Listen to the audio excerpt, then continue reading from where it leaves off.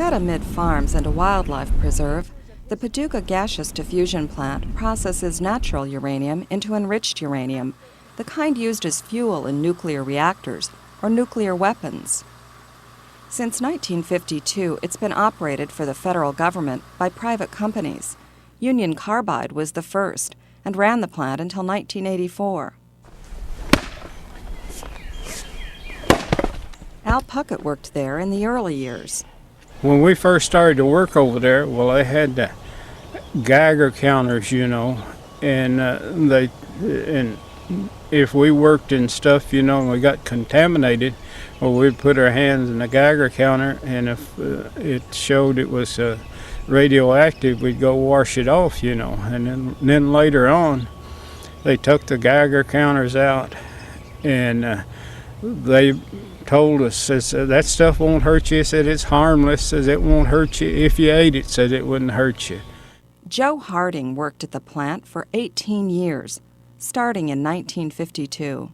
You were breathing this uranium hexafluoride enough that you accumulated a real bitter taste in your throat and mouth and a coat on your teeth. He began speaking out before he died in 1980, recording an audio diary that his widow Clara and daughter Martha Alls have preserved. My name is Joe Harding, and I'm 58 years old. I have a story that I think everyone in America should know about. I heard about the atomic energy plant that was being built at Paducah, Kentucky, and of course this was all new and strange to me and seemed to be important and patriotic and somewhat secret work. I was 31 years old at that time and weighed about 175 pounds. I was strong and healthy and tough and never been sick, and I could eat anything and it didn't bother me. You haven't seen that, have you? When was that taken? The night he died. Joe Harding began losing weight within months of starting work at the Paducah plant, and sores that would not heal crept up his legs. And I said, honey, what's that on your ankles? And he said, I guess it's that stuff that I'm waiting in out there at the plant. It was hexafluoride is what it was. Even up through the 1980s, Department of Energy investigators say that protection against radiation at the site was very inconsistent. Men walked through uranium dust on the floors and brushed it off the tables where they ate. Respirators weren't required. At one point, the company stopped providing work coveralls. And when they took those away from us, well, we'd have to bring work clothes from home. And we'd work in that stuff, and we would get it all over us, and then we'd bring it home, and it'd be washed in the laundry. I told them I didn't like bringing that stuff home to be washed in the laundry with my kids' clothes and my wife's clothes.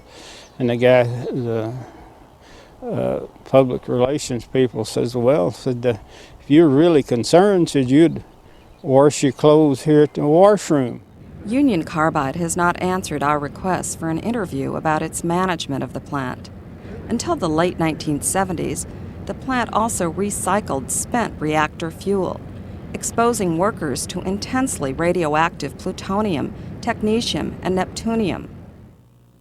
But the Paducah workers weren't told. A memo shows that officials feared they would demand extra hazardous duty pay.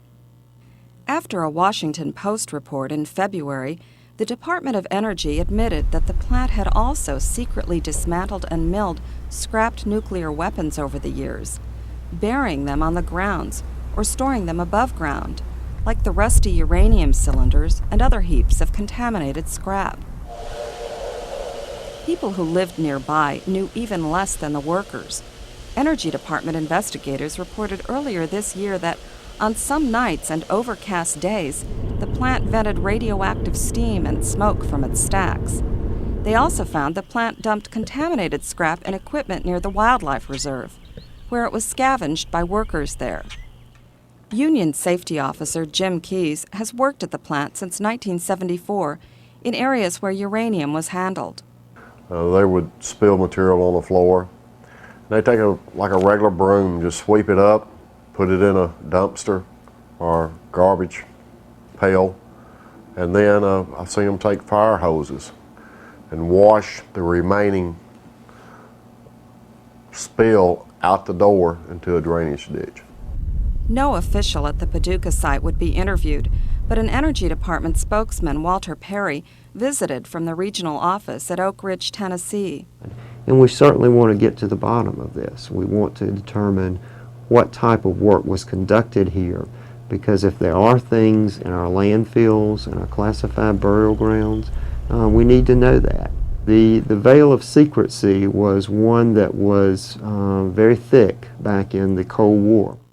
Over the years Joe Harding worked at the plant, he continued to lose weight, unable to hold food down. Most of his stomach was surgically removed. Then he began to have mutations from his joints, his fingers, his toes, his ankles, his elbows, his shoulder blades. What do you mean mutations? Where bone was actually growing through the flesh. And finally, when the soreness got up near enough to the surface, I kind of dug in, and I found something kind of like a piece of fingernail sticking through there. And this was very, very painful, and I would trim it off back just about as deep as I could reach, and it would come back again. As his health declined, Joe Harding spoke out more, and he began to keep records of other workers' cancers and early deaths. You're a bold-faced liar, mister. Yeah. Was you there? Yeah, I've been there. Yeah, you've been there, but was you there in 1950? Was you there in 52? You're a liar. Was you there in 52? I ain't old enough. So, well, that's good. So you don't know what happened back then. No one knew until this document was released last year that plant officials were also tracking worker cancers and deaths, while denying there was any reason to worry. Justice for our nuclear weapons workers is finally happening. The government is for a change on their side and not against them. In April, Energy Secretary Bill Richardson announced he was reversing a decades-old policy of opposing the compensation claims of nuclear workers. They are people who became ill after working with very hazardous materials under dangerous conditions. Secretary Richardson has proposed that sick workers be paid a lump sum or reimbursed for their medical bills. But for some, the offer is too little, too late. I think they ought to be held accountable and carried, and I'd like to see them be put on trial, and I hope they put them in prison, because a lot of my friends I know died from what they did. It was just like people was expendable, and our lives didn't have any value at all. Well, I just hope that I have created some interest in people who will back up this effort to get proper government and state agencies into the plant.